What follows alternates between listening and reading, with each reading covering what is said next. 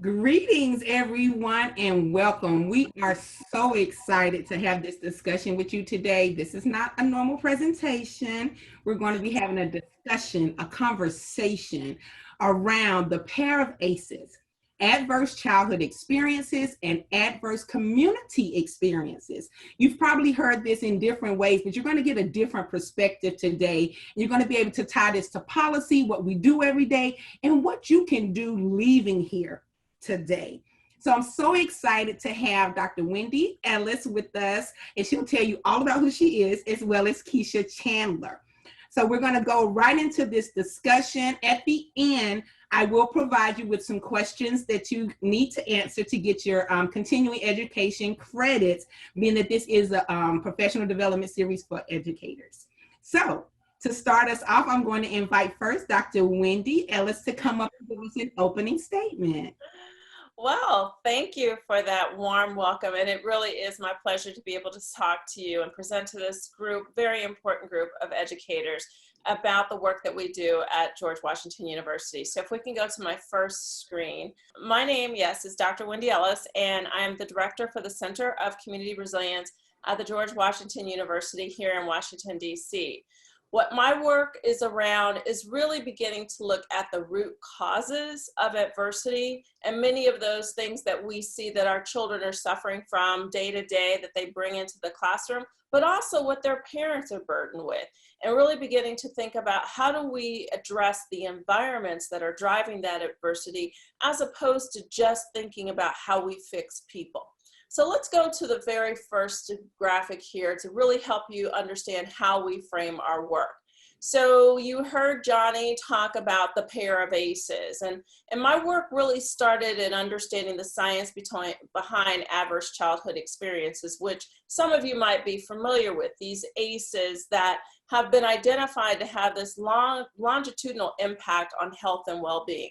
There are experiences, negative experiences that occur during childhood that can be one acute experience, or they can be chronic, or they can be compounded by a number of different experiences that a child may experience, whether that's maternal depression, whether that's emotional and sexual abuse, physical and emotional neglect, divorce, mental illness in the household, parental incarceration, homelessness, domestic violence, and substance abuse. So these are oftentimes things that, particularly for an educator, you may diagnose in a child if a child is, withdrawn in the classroom and they don't want to interact with their peers. And so it appears that perhaps they're depressed, and you may wonder, well, what's going on with this child and how do I get this child to engage in the classroom lessons? Or the opposite. You have a child that's easily reactive or set off with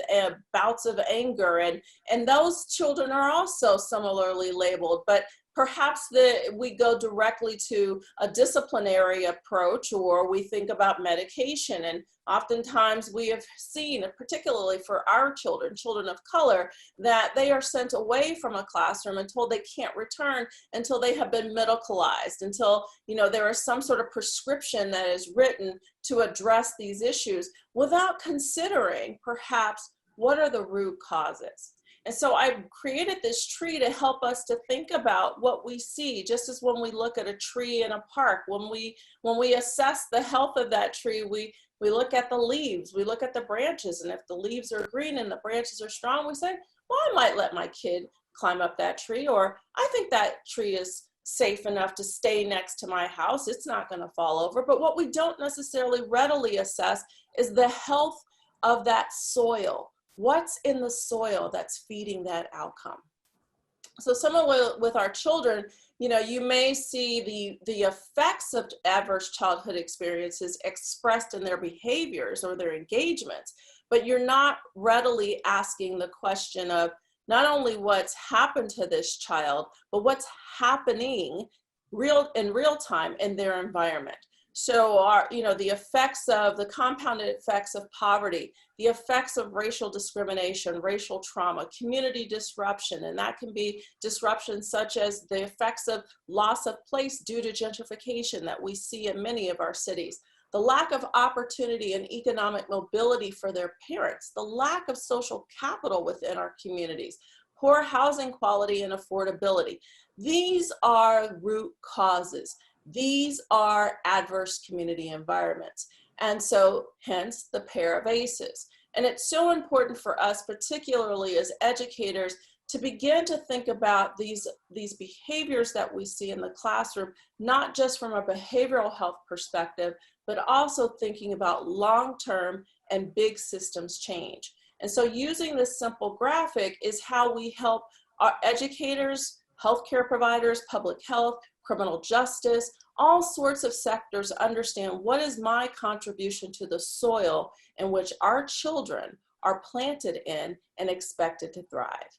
Awesome. Thank you so much, Dr. Ellis, for that wonderful opening statement and introduction. You framed that pair of ACEs amazingly, and I actually got a better vision myself. Thank you. I really, really thank you. And being a child who grew up with a high ACEs score, understand the pair of ACEs from your lens now to see that community piece. I can see why I suffered so, right? Why I carried so much drama. So I look forward to getting more into that in our discussion. Yeah, I think you're making a really good point there, because I do want to make this point because I know that we're talking to an audience from across the nation, and many states and local initiatives are around, let's just screen for ACEs, and perhaps we can use that ACE score to determine what services that people need. And I'm very happy that you were willing to share your own ACEs score. My score is an 8. And if someone were to take that number and predict my outcomes based on the science, I wouldn't be sitting here. But it was because of the environment that made the difference. And we can talk about that, because that's why it's so important for us to think about what's in the soil that helps not only to prevent the ACEs in the first place, but what supports and buffers are we putting in place so that our children bounce back and bounce forward to thrive. I like that. Bounce forward. That's key. Mm-hmm. Oh, come on in, Keisha. We're into this discussion and let her do an opening. She doesn't have a slide, but we're going to come right back to that. So Keisha, you can actually leave that slide up, because I do want to talk to that slide in relation to how I fit into this wonderful conversation. So I am Keisha Chandler. I am a 25 plus year educator. I started out as an elementary teacher working in cities like Kenosha, Wisconsin, Camden, New Jersey, Philadelphia, Newark, New Jersey, and most recently here in Washington, D.C. I have been an instructional coach. I'm a certified administrator. And throughout those 25 plus years, I always sought to work in areas that resemble the roots of the tree. So I looked for those areas that needed me the most, because those are the students that I've always had this empathetic soul where I literally feel other people's pain. And so although my ACEs, I have an adverse adult experiences. As a child, I didn't have it, but more so as I got older and as an adult, I see more of these things. But as a child, I'm grateful. I'm extremely blessed that my parents were able to provide. And I'm talking about 2 parents from sharecroppers from the deep segregated South moved to the North and gave me such an amazing opportunity. It wasn't until I started being around other children that didn't have the same type of home I did, where I started to think, what happened? What's going on? And then that's when I really became tuned into there are different communities that are not as supportive. And that has always led me to the work I do now, which as I'm an implementation manager with the nonprofit educational firm, ASCD, who leads the area in this type of work. Everything I do is centered around this child, this community, this school, because those are the children that are leading the way through this pandemic and our future. So. Awesome. Well, we thank you for further framing this discussion that we're going to have today, this very important discussion, because I tell you, many people, even educators that's in the classroom daily, the other stakeholders, many don't even understand what ACEs is. They don't understand ACEs, number one, or the pair of ACEs, because that's what's being introduced here today. But I think that we have to amplify this discussion because it's critical. as we continue to lead in this space and be able to meet our children where they are, especially those that have experienced trauma, because what we've been using is not always the best practices, and it's time for something new. So I think this mindset shift around the pair of aces is right on time for what's going on in the world. So we're going to move into our discussion, and I'm going to pose some questions to our panelists, and they're going to openly give information and insight. So please get your notepads together, get your ears open, so we can have this robust discussion. So the first question that I'm going to pose is, from a historical lens, what policies set the roadmap for where we are now? Well, ding, ding, ding, class is in. So let's get our pens and papers together here, educators, because we're going to take a little road trip down American history to answer that question. I mean, I think it is so important to really understand the history. So, you know, when we talk about this year, all of the, you know, the pandemic and all of the issues that have been raised because of the pandemic and the you know, racial inequalities and racial social justice issues that have been raised due to the George Floyd lynching and, you know, Amy Cooper calling police in New York City. Well, we didn't get here just because of recent policy. We do not have a broken system. Our system is operating quite efficiently. It's doing exactly what it was meant to do, and that was produce inequity. And so I have created this policy timeline to really help people understand the depth to which these policies have been built to produce these inequities, these disparities, that community anguish, those adverse childhood experiences that many of us see in our classrooms. And so, you know, and it is not just at the start of slavery. I want it to be clear that we are talking about more than 600 years of racial oppression that has led to the gaps in racial wealth gap, but also just the growing inequalities regardless of race that we're seeing in this country. So, you know, when you look at this, I use this policy timeline to really begin to tell the story of inequity and how we got here. So understanding that when the explorers, colonists, first landed on our shores in the 1400s, that the first idea of coming upon this shore was really rape and pillage and extermination.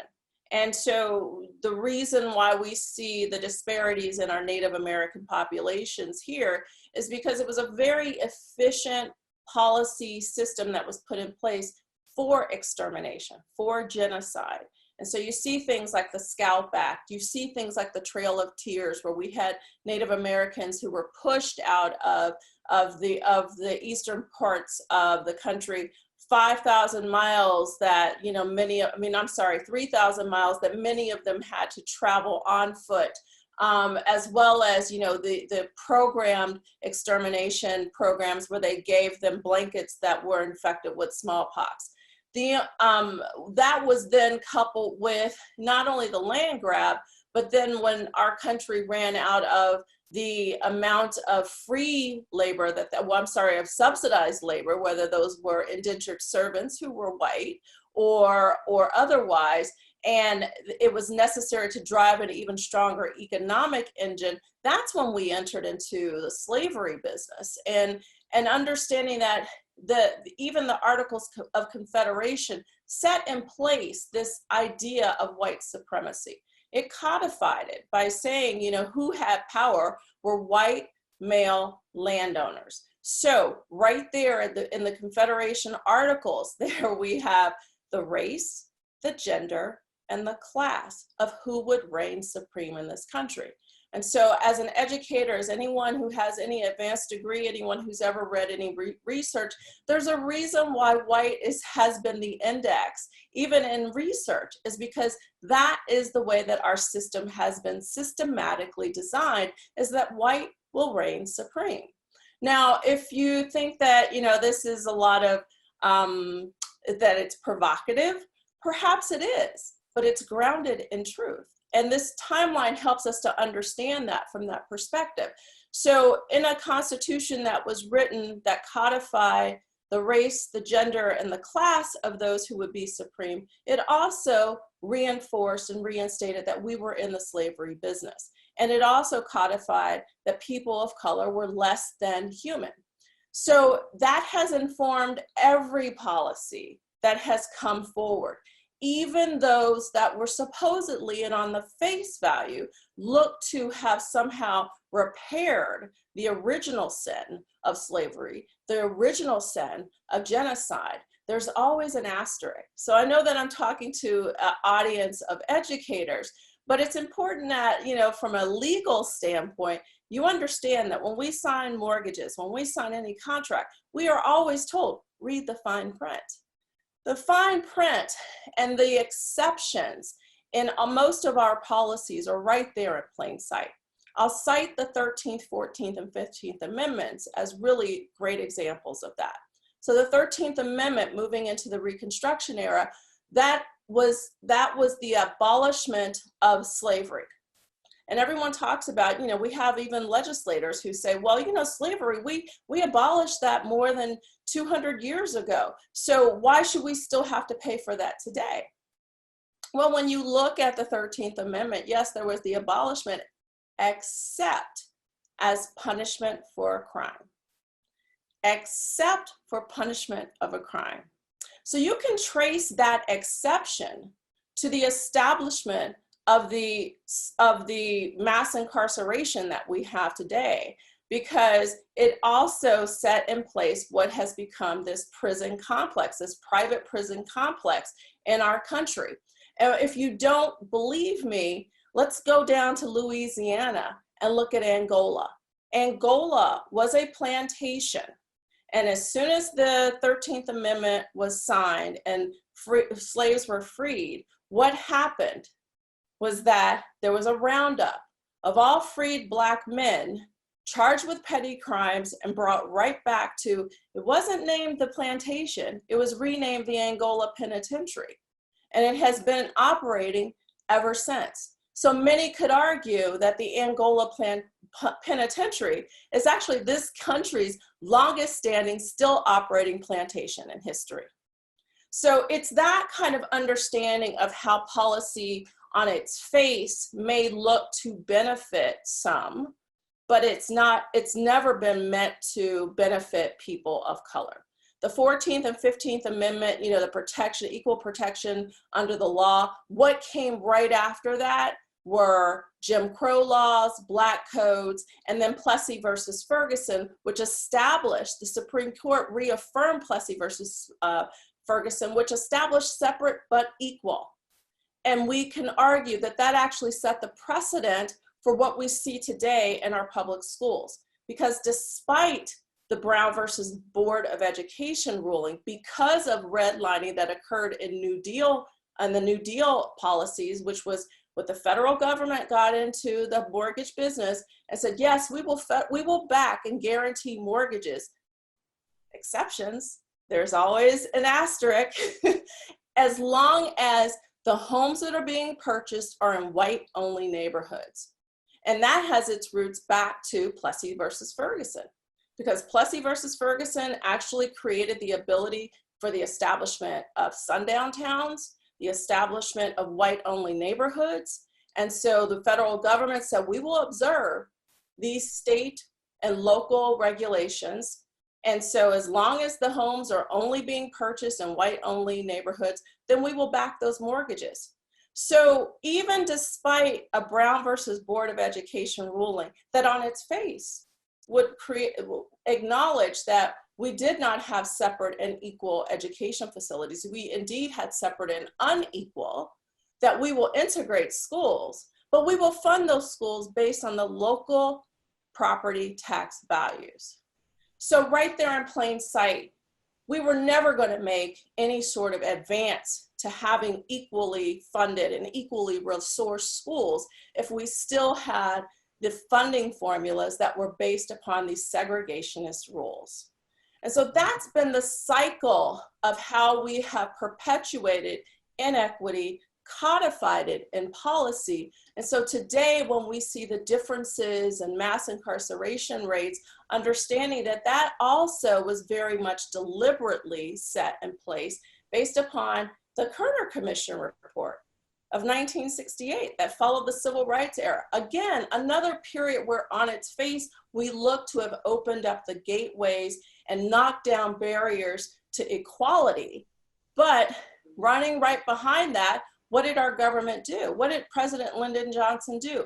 Instead of continuing the so-called war on poverty, which would have increased investments in education and trying to equalize the differences in educational welfare and well-being for individuals, they took that money in response to the Kerner Commission report and put that money into the war on crime.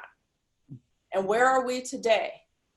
The war on crime, instead of having the money invested in social services and education in this country to close that gap, has only widened the gap with increased militarization of police and mass incarceration.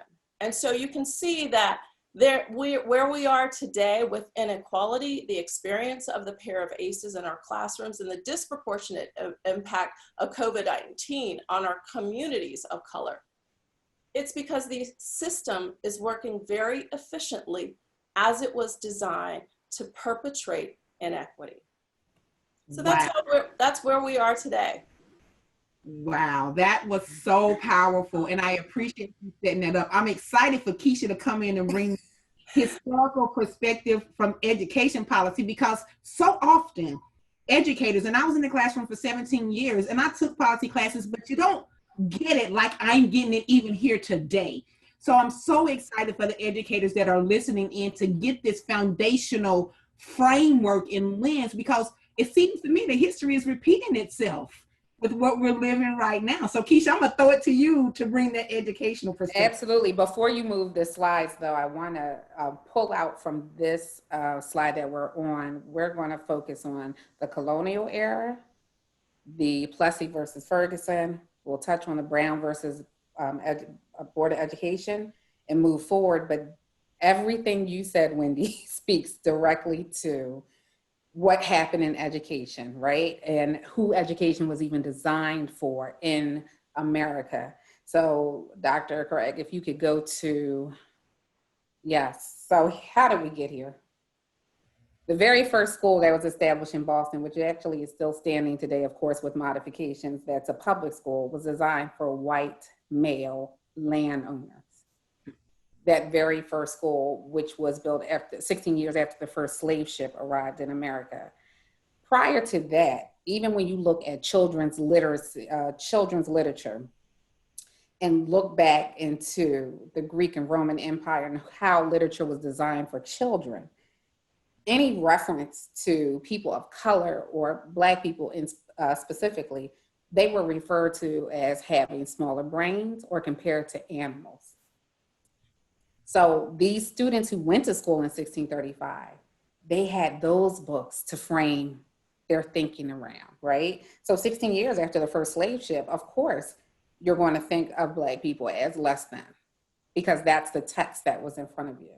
And remember that academics were not taught. So we didn't get literacy, math, history, social. They taught virtues of family. The roles then were established, what men should do, what women should do. And women were not educated. So of course, go home and abuse your woman or your mother or your sister because they have no value.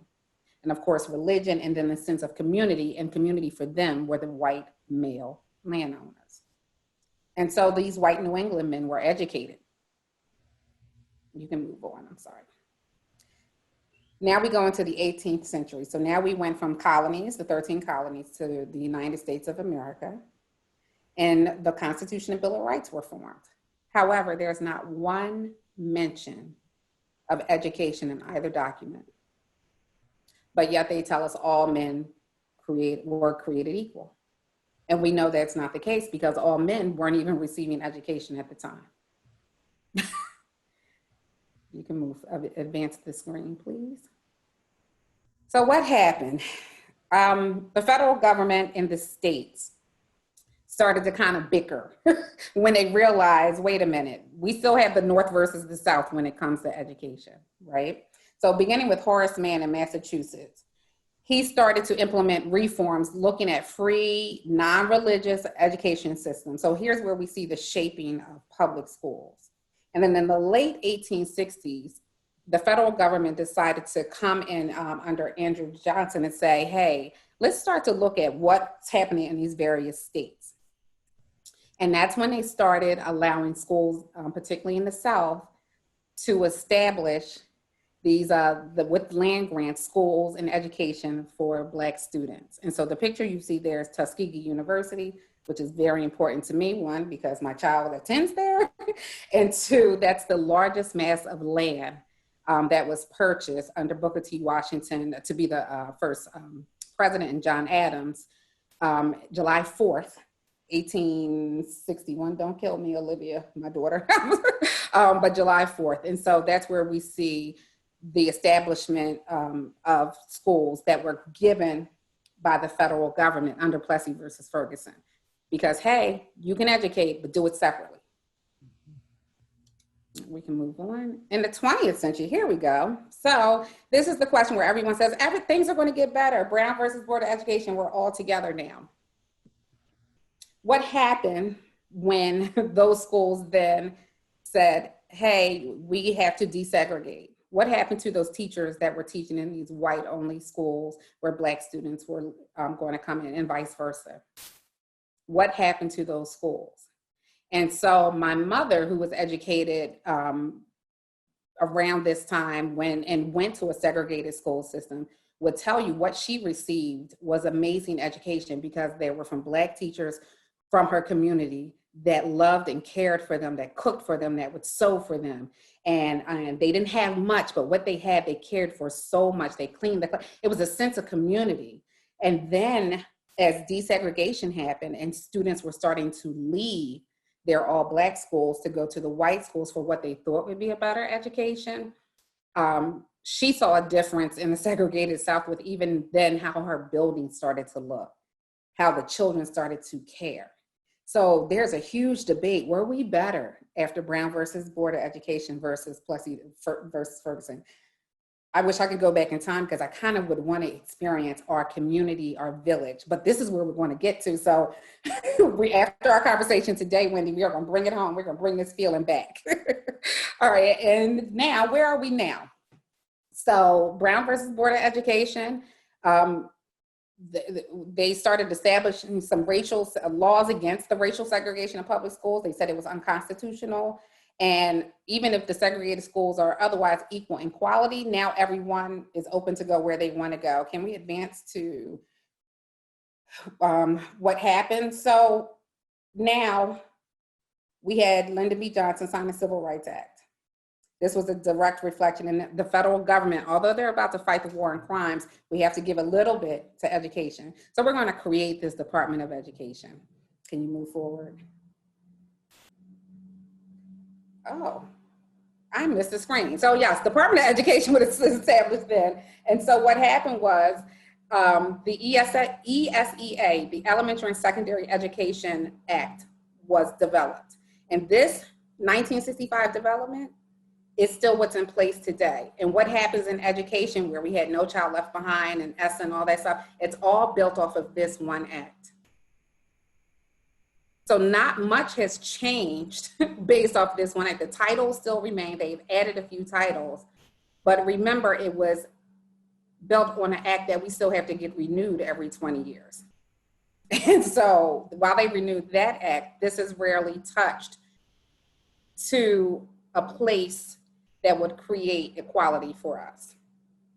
If we can move to the next screen. So here are the Band-Aids and fixes they attempted, right? So they realized there were students with special needs, and they had, in 1975, they added a provision for Education for All Handicapped Children Act. Now it's referred to as IDEA. The establishment of the Federal Department of Education happened in '79. I was in the first grade when that happened. In 1981, we had an Educational Consolidation Improvement Act, and then Recall when Russia, or USSR at that time, there was a competition where you had Sputnik. So then when Reagan decided or noticed that, hey, we are at risk because we can't compete. They got a man to the moon first. And, a lot of things they were doing first, and our scores started to plummet, where we used to be first in reading, first in math, and those things weren't being focused on in education. Everything was rote learning and memorization, and if you knew the literature of those white established men from the past, you were considered brilliant, right? So we are a nation at risk in 83. And then the last major change before No Child Left Behind was Improving America School Act, where it aimed to improve instruction for all students. And they solely looked at math and reading test scores, which is what most districts and schools look at solely now, unfortunately. And now here we are. We had No Child Left Behind. If you go forward, Dr. Craig, for me, please. We had No Child Left Behind, and a lot of people said, this will never happen. This will never work. How are we going to get 100% of our students to pass? It did start allowing more funding to come in to teach the disadvantaged students, and it then created what became known as subgroups. So your Black male students, your Black female students, your Hispanic students, your ELL, like all of these subgroups. And I remember teaching during the time where they would say, target this subgroup, target that subgroup, never speaking to targeting the whole child, but targeting how do you raise these math scores? And that was the focus, test prep, test prep, test prep. Music started to go away. Art started to go away. And music was my foundation. I was a music education major first. And so my mother said, I think they're going to start getting rid of music. So she basically said that to tell me, you better teach just regular. And I remember thinking, Mom, they'll never get rid of music. And what started happening when the focus became on these test scores. And so they required states to develop assessments and basic skills. And so each state started to develop their own sets of standards. So in the beginning, remember I told you I taught in multiple states. I had to know different states' standards based on each state, and it looked totally different. The last state that I taught in New Jersey and Massachusetts always tied for being first in education. And I knew I wanted to go to a state that was known to produce quality education. So I'm looking at their standards, but I'm educating my child in Pennsylvania. It took me less than 10 minutes to get across the bridge from one state to the other, but it was such a vast difference. So that was one issue with No Child Left Behind, that it was a remarkable difference to me being an educator and having a child go through the education system. If we can advance the screen, please. So some of the challenges, well, now we had school choice, right? Where parents can receive vouchers to send their student to that school, or to the school that was doing better on record, right? They never talked about the cheating scandals that some of these schools were doing, right? And there was ways that you could rig the data. That wasn't a conversation. There was some criticism of standard testing. It was limitations on local control. The federal government really, really controlled what could happen. So very little local control. And that what they thought was the 100% of students passing, they believed that was unrealistic. And to some degree it was. And then what you started to see, like I mentioned before, schools and districts really started gaming the system. If you look up the Atlantic Public Schools, Camden, New Jersey even had a scandal where they were cheating or rigging the books at that time. And so what happened, we started seeing these widening opportunity gaps. And I'm going to call them opportunity gaps, not achievement gaps, because the opportunity was never there for some of these students in that Title I sector. All right, and if you can fast forward. So here's the fix. Obama passed into law in December of 2015, the Every Student Succeeds Act, ESSA, and that's where we currently are. Some of the new provisions included that word everyone hates to hear, but the Common Core standards were developed based off of ESSA being put in place, where the standards really started asking for higher order skills for all students. Critical thinking was missing because we've been doing this rote for so long. We've been saying 1 + 1 is 2, 2 + 2 is 4, and just repeating. But where's the critical thinking when your computers fail? When in a time like now in COVID, where we are all forced to be creative and innovate how to do things differently, because to keep our health intact, we have to now do things differently. You need some critical thinking skills in order to do that. Multiple measures now are used to assess. It's no longer just that one state test. You can't rig a state test. There has to be multiple indicators. The resources are given out more with equity concerns, and then the strategies and evidence-based interventions. As a lesson, federal control important more educational control in the hands of the states. The reason why I have worried yet in red, now that you put it back in the state's hands, think about those states such as Louisiana that was mentioned, that did not have, and even Alabama and a lot of your southern states, even western states look different than, it looks different, right? And every state was given the opportunity to set their own numbers of what percentage they required from these subgroups. So in Washington, D.C., I like what they did when they created their ESSA. They said 85% of students in all races, all subgroups, they expect to be proficient. But in a state like Maryland, the numbers vary based on your subgroup. So while they say, I believe it's 79%, they expect to be proficient, but of that 79%, 67% of African Americans, they expect to be proficient. I believe it's 68% of Hispanics. So if you're that numbers person, you're going to teach the 67% that you need to get proficient. And those students who are on the lower end of the spectrum might not get that teacher's attention. None of these policies and education acts, and none of them focus on the whole child. And that's where we need to get to. The whole child makes a whole community and vice versa. Yes.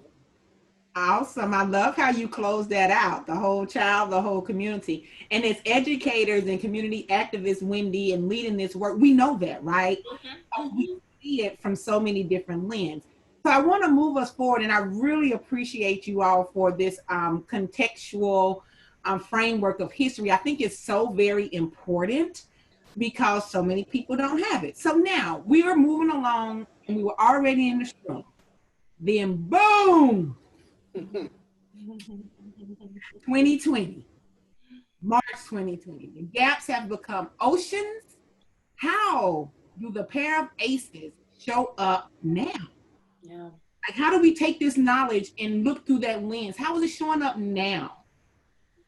So I'm so glad you asked this question, and I'm remiss. I should have put up my COVID-19 tree because we actually created one. And the pair of aces in COVID-19 are really about these adverse community experiences. This isn't just what's happening to a child, what's happening to entire communities. The soil remains the same. And that is because the soil is only doing what it was programmed to do. So what are you seeing now with regard to these experiences? You know, you're looking at, particularly for educators, the digital divide, which we knew was real to begin with, right?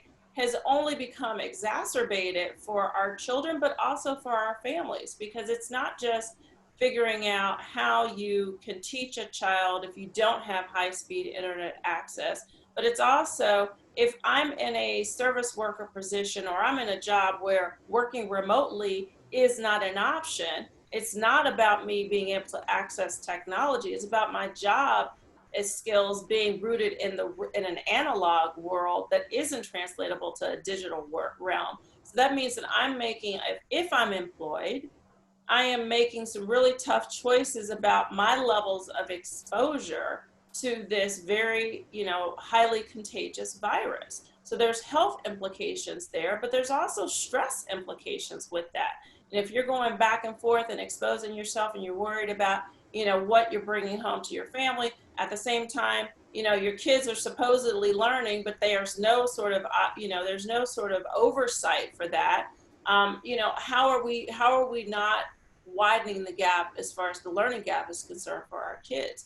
There's also just, understanding when we talk about economic mobility, social capital, as well as just financial capital, what is being lost with regard to small businesses that are, particularly those that are owned by individuals of color. So, the wealth gap, the learning gap, the health gaps are only widening because of we're sitting in that same putrid soil that existed before COVID-19. So it's only doing exactly what it was doing. Now it just has this accelerant in the form of a small virus.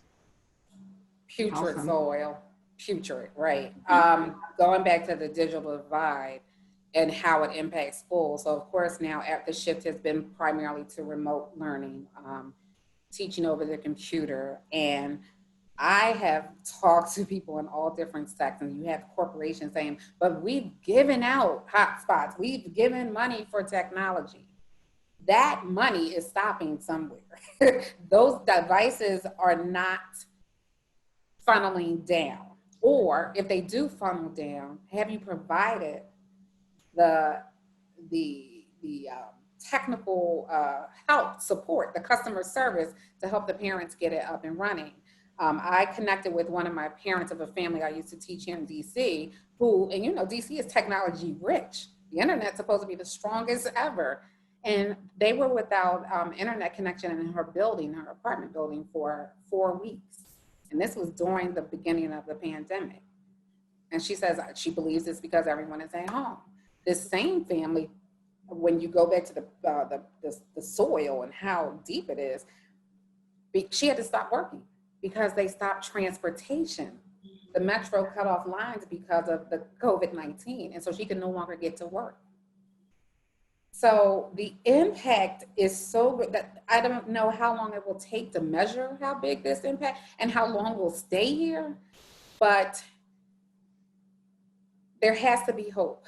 There has to be hope. Yeah.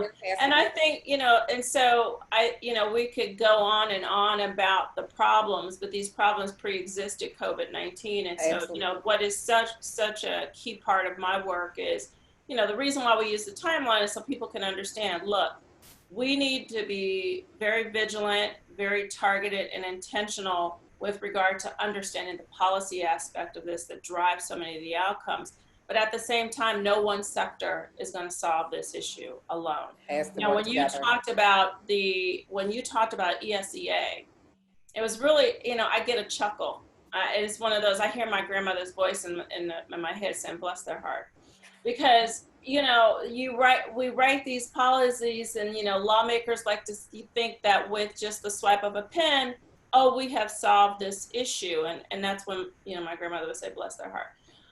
Because it is so much more than just passing one bill. And that, you know, that piece of legislation, it gave the veneer of equality as if education alone was going to close all of these gaps. And you know, the bigger gap in that one is that was about federal dollars that flow down to the states. Well, we all know that there's a state match. And then there's an even greater variance across districts within that state. And then you have to think about like the PTAs. You know, a PTA in Ward 7 and Ward 8 is going to be able to raise a little bit less money than a PTA up here in Ward 4 in DC or in Georgetown, right? Right. So, you know, somebody's happy to just be able to have bingo night in a gym and raise $500 on a good night, and that goes to the PTA, whereas you've got some other districts where they say, we're going to have a gala, and we're going to have crudité and champagne and a raffle. And, you know, they raise, and it's nothing for them to raise $50,000 or $100,000. That's a huge gap on top of an already existing gap with regard to revenue. So writing and it's based solely on where you live. And so again, by design, right? So you know, this is why I say that, you know, maybe this is a good time, like, where do we find hope? Oh, right. And where do we start? So maybe, Johnny, if you can put up that screen, that last slide there, because I do think it's important, like, well, okay, so what, you gave us some rich knowledge, you took us to school, now what do we do? Right. So, you know, I have created this framing, like when we talk about community resilience, what are we talking about? So there you go. All right, there will be a test. So write down the definition and I'll be following up with all of you. But community resilience is providing this equitable access to the supports and the buffers that promote health, well-being, and opportunity to prosperity. And so that means that regardless of your race, regardless of where you were born, you have equitable access to these supports and buffers. And right now we know that based on your race and based on your place, your outcomes are pretty predictive in this country, even, longevity, regardless of, educational attainment. So what I did is I started looking at what we call social determinants of health, and actually beginning to understand that those things that we have been looking at to predict individual outcomes really have less to do with individual choices and are actually performance indicators of our systems. Now that changes the conversation differently, right? And that changes how we think about our solutions very differently. So when you look at things like student retention and performance, if we merely said, well, how are we going to help our students stay in school and perform better, then you're going to immediately go to solutions directed at the individuals. But if we say, wait a minute, what are the policies and what are the practices of these systems that actually are driving these outcomes? That's a whole different conversation. That's a conversation that does put us squarely in looking at how do we fund our public schools? What is the environment? What is the climate of our schools? What are the supports and the buffers that not only do we have in the schools, but what do we have in our community environments that actually are supportive of a child matriculating through a program, that are supportive of parents being able to be engaged in that school, in their child's education, but also in their community writ large. And so I, based on the social determinant literature, began to think about what are those sectors that really have that are most proximal to these outcomes that we see in community. So, this is backed up by years of literature, right? Housing, public education, criminal justice, and law enforcement. And we all know, if you have a safe, stable home, if you're not homeless, you're more likely to succeed in school. If you're in school and you graduate, you're less likely to be justice involved. If you're justice involved, you're less likely to be able to have steady employment so that you can keep stable housing, right? So you can see how the policies and the practices and the outcomes that are associated with each one of these sectors not only impact within that sector, but they work synergistically across. So it's really important for us to think about this ecosystem that creates these outcomes in our communities. And so that's what those boxes are. Those are, looking at how is home ownership, associated with the level of economic development in a community, the access to capital that residents have, the level of community financing. And then how's that associated with residents that are employed and at various education levels? But that's going to be also closely tied to, as well as influence, the student body composition in our schools, the level of community supports and resources that are available. One of the other things that I think is really important, because particularly as educators, you're familiar with the school to prison pipeline, right? Right. So this is where law enforcement and criminal justice actually is embedded in education. Whether or not that was the intent, it certainly is the practice. And we understand too that our schools, just like our communities, are very differentially policed based upon who is there by race, but also by place. So concentration of poverty. Well, the concentration of poverty is really mostly directed by your housing sector. Again, this isn't because poor people want to live with each other. This has everything to do about poor people live where they can afford to live. Correct. And so if you have an intentional design that concentrated poverty, then poor neighborhoods equal poorly resourced schools, not poor students and not poor teachers, poorly resourced schools. That's an indicator of a system, not of people, not of bad principals, and not of poorly educated educators or educators who don't care. There are educators out there that are trying to do their best with less. So understanding that that is really what is about community resilience. And, Keisha, you were telling your story about ACEs and adversity. When I tell my story about my adversity, I know full well what were those supports and buffers, why despite my ACEs score, I had safe, stable housing, My family, my grandparents who raised me had access to community supports. There was social capital, but there was also social cohesion in that community that they lived in. I never worried about having food on the table. There was great public school education that I was exposed to. In fact, the public school that I was able to go to high school, one of the best in the country.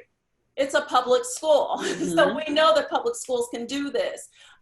Parks and recreation, all kinds of, activities so that a child that does, has experienced trauma has a way to work it out, and has safe, stable adults to really rely upon. The way that our community was policed, even though it was, largely African American, it was blue collar. It was what, there were some white collar folks that were in the neighborhood, but we were policed fairly. Now, did I grow up thinking that the police were my friend? No, we were not naive. I'm not wearing pink, rose colored glasses, but it was a different level of policing than what we typically see today in 2020. I don't think I ever saw SWAT or our militarized police until, in the late 80s. By that time, I was already in college, and we were at the height of the drug war.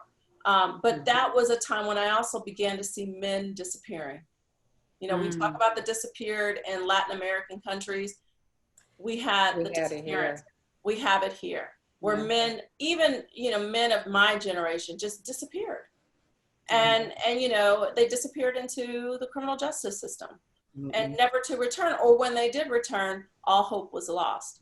And so, this is why part of this work, and when you look at these blue ovals, we have to think about what are these contextuals, besides the outcomes and the outputs, what are the contextuals that could offset some of these things, or blunt the effect of policies. And those are the things that are in those ovals, like racism and discrimination. You can write the best policy, but if the people that are implementing harbor racist or discriminatory beliefs, then the policy or the practice is not likely to have the impact that you had intended. Consumer confidence and economic mobility, or the community desirability, absolutely influences whether or not businesses want to invest. And so how do politicians frame an opportunity in a neighborhood? How does a community come together to advocate what is best for them? Looking at the criminal justice realm, what is the political interest? What is the political messaging that's going on that's influencing the practice that, drives larger incarceration and contact rates in our community that are pulling our kids out of schools, that are limiting the opportunity for parents to actually be there, particularly fathers, to be there with their children. And so this is the context. This is really like giving us not only an understanding of what goes into community resilience, but it's also helping us, you as educators, understand this is not a burden that you should wear on your shoulders alone. You should be working with housing. You should be working with criminal justice. You should be working across multiple sectors to address those contexts, those issues, those environments that cross the threshold every day at your school and sit their behinds in the classroom and are expected to learn. What we see when we see our children, they're a reflection of their environment. The community, exactly. That brings me exactly to where I was going to say, how can an educator, how can a teacher make this come alive, right? How can they turn their classroom into an advocacy pool, like a pool of little tiny advocates, right? Yeah. So there is a book titled The Power of Place, Authentic Learning Through Place-Based Education. And it's written by an ASCD author named Tom Vander Ark, along with Emily Leibtag and Nate McLennan. And the premise of community-based or place-based education is that your curriculum involves around your community. You are creating a bond with your community through different learning experiences. You are building up your social network within that community, right? So when you think of economic mobility, you're creating some, getting together with business owners to help tell the students or help give the students like financial workshops on how they can become little mini entrepreneurs. You're giving them ideas to stay within their community and help build it up. So besides building up your social network, I'm pulling up the research because I had amazing notes, I'm sorry, and glasses, it's a whole challenge for me. Oh my gosh, I just had it and lost it, I'm sorry. So I said social network, I said it creates a bond, right? It also personalizes the learning. Sometimes we throw curriculum at students and it has nothing to do with them, right? Where they're reading about a little girl from Idaho, and yet they live in Jacksonville, Florida, and they can't really find the meaning behind it. But when you allow place-based learning to happen and make that personal connection to their community or their space and their place, they have voice and choice in shaping these projects or service experiences, and the learning is personal and the community feels more connected to what's happening in the school. And then it also promotes contribution. So some schools are treat students as participants preparing for a distant future.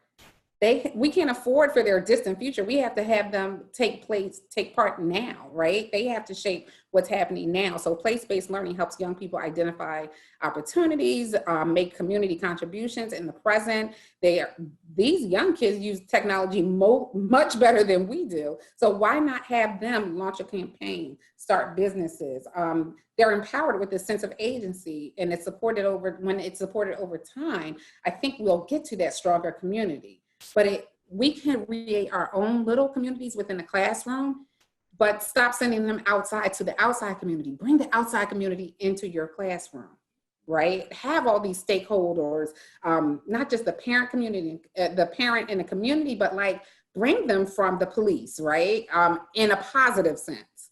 Have I'm looking at the blue bubbles, right? So the political interest. These politicians will go to the churches and, they'll do this. How often do they come to the school and just tell the children why they're running for office and what their role is and how they can help the community? Is it because children can't vote? No, they can't. But guess what they do? They go home and say, so-and-so came to my class today and he said, Mm-hmm. It's just thinking outside of the box. Yeah, I mean, what you're speaking to is like this role of educators and really our public school systems in fostering both social cohesion and social capital. Yes. And building the seeds of social capital in our children is so key so that they can find their voice in being in the advocacy sphere. So often, when you grow up in an environment where no one's invested in you, when clearly the system is telling you that you have no value, then what this has done for our kids is totally disenfranchised their children because their parents are disenfranchised, and rightfully so. And so when you think about how do you begin to build up that sense of place, the pride in place, that's what you're talking about there, because that's building the seeds of advocacy. That's where, we tell our kids every day, heads up, shoulders back, there's something for you to be proud of, but without giving them a grounding of, okay, so what exactly is it that I'm holding on to? And I think what you're talking about there is actually giving them something firm to hold on to. But that creates a cohesion because there's a place-based narrative and an identity that the students will have, but that also becomes contagious with their parents and feeds into the community. And it's that level of social cohesion so that when something happens, we're not just, yelling about it because the camera showed up and we're screaming into the TV lights or what have you. It's because we also recognize there's some power in us actually showing up at city council. That is actually those individuals who are asking for our votes have to be accountable to us. And so this is how you build those building blocks. And so when you look at my larger model of community resilience, what you'll see is, yes, you'll see a lot of these boxes, but it's rung by how this relationship between social cohesion and social capital, that's the glue that holds it all together. And that is truly the power of community. And that's not coming from without, that comes from within. Very powerful. One thing I like about this young generation, the whole power of the hashtag. So when you can't get to those meetings, but you can tweet and get a hashtag to go viral. That's more powerful sometimes than showing up to these meetings that we can't do now virtually, right? But if I run the hashtag of the issue concerning my community, look at what's happening at some of these schools, Black and name whatever school, you know. I went to Temple University and they had a race riot when I attended in the early 90s. So it's still continuing to grow, and they just now make it known through a hashtag. We made it known by standing in the street, hundreds of us, and blocking traffic. But these kids are having a greater reach with the power of a hashtag. That is the social network that I think our generation, I can speak for myself, sometimes we overlook. But these new millennials and I think we're on Generation IZ, one of them, they are running with it. Well, it's important to make the note, though. We need to translate what happens in the virtual world, yes, to the real world. So yes. we're recording this talk, you know, less than 70 days, I think. Math is hard. Before the election. And so, you know, it is important that people translate, because a hashtag is not put the same thing as a ballot. And Absolutely. I think that, you know, our children need to understand that distinction. I know that, you know, and this is the role of educators here, is that, you know, in a lot of our public school curriculum, civics has been completely wiped out, right? And so they don't understand the political process. The political process is not just standing out on the street and making your voice heard. The political process is actually being in the room where it happens. And so, you know, how do we make sure that our children understand, and their parents? Because if you know, likely, especially if you're teaching elementary school and middle school students, their parents weren't even taught this. Correct. Right. So we have to take it upon ourselves to help them to understand, yes, make your voice heard, but understand that policy is not made on the street. Policy can be informed from the street, but there's a process. There's a reason why that timeline shows what it shows, and it had the outcomes that it had, and the design that it had, is because we weren't actually actively involved in shaping the policy, in proofing the policy, and certainly in the implementation of it. And so that's, I think, the role of educators, is to take it upon themselves to think about how are we forming the next generation of leaders that are actually educated in how to take their experience and turn that into something that makes a difference. Absolutely. And federally, state, and local. Like, I have to get back to that local, because I was taught federal. I know my 3 branches of government, but it wasn't until I became an adult that needed to know more that I started to seek for myself what happens at the state and the local. So sometimes there's a disconnect also with what you try to do as an educator to provide that basic level curriculum, because let's face it, educators have a lot to do. There's a lot of compliancy parts, right? I have to be compliant, so let me give this test on Thursday at 2:00 every Thursday, because the data has to be given by Friday morning. But in that, we lose sometimes the true meaning of education, right? We are rearing the next generation. Right. Yes. So as we sort of get ready to close this out and go into closing statements, I want to bring us back to and bring that educator to our lens, like right in front of us, because I heard a lot, right?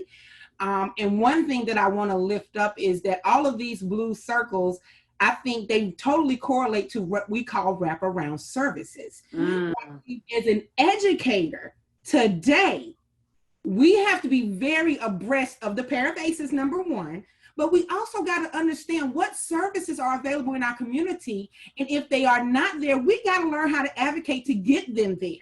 Right. So as educators, we got to teach our content. We got to do all this compliance. But I say right now, at this time, we all need to pause for a second and pull back. Let's look at this big picture in our communities where we serve as educators and see what's really going on and what is needed to move our students forward, to get from the hashtag to the in-person, to understand the 3 branches, to understand what is needed to help this particular child who may be suffering from a high ACEs score, that don't have the supports, that have a lot of trauma, to move through this system that, as Dr. Ellis say, is working just as it was created, but we got to become some innovative disruptors as educators, right? We must begin to open our mouths. We got to first understand. Thus, why these type of presentations and discussions are so important, because educators get education across the board for what they're teaching, their content, and different best practices, but these type of conversations are not included in the educational journey to become an educator. So I wanted to raise that up because you all have given a lot of information as to how we can actually sustain a reset right now. This may look bad, but it's not really got to be bad, because we can stand up and we can open our mouths and we can use our voice and we can advocate for what we know our children need, because we work with them daily. So I think we are in that space where we have to do that component. So we're going to move into closing statements. We only have a couple minutes, so if everybody can stay about 3 minutes or so, 2-3 minutes or so to close out. Dr. Wendy, I'm going to come to you to do a closing statement, then I'll go to Keisha. So I'm going to make mine really simple. I know that I gave you all a lot of information. I hope your behinds are on fire. If you're not, you might want to check your pulse. So I think, you know, the most important thing is this is a call to action. This is not a call to inundate you with more information and go, that was nice. I have a website. Everything that I've talked about, most of my slides, you can find those. Everything is free and available for use. There's a toolkit that I think would be really helpful when you talk about next steps. When you talk about these wraparound services, Johnny, I think what's really important is that educators do not have to do this alone.